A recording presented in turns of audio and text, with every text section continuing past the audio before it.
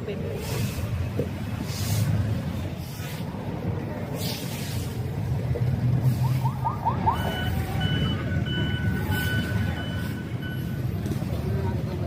kanyang gusto. Sino po mapeperwisyo, lalo na pag tag-ulan, ganito yung itsura? Well, sa atin din po ang balik niya na talaga totoo po ako, to be honest, hindi ako magmamalinis talaga. Isa rin po ako sa nagkakalat. Mahirap pag malinis. So, babalik sa atin yung problema pagka naulan, nagbabara po. Babaha po, kaya kailangan po isa ko yung basura, maging maayos po ang pag-segregate ng basura.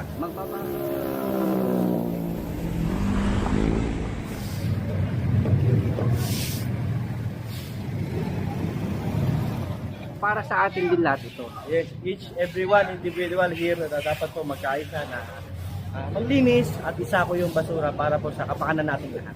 Salamat po.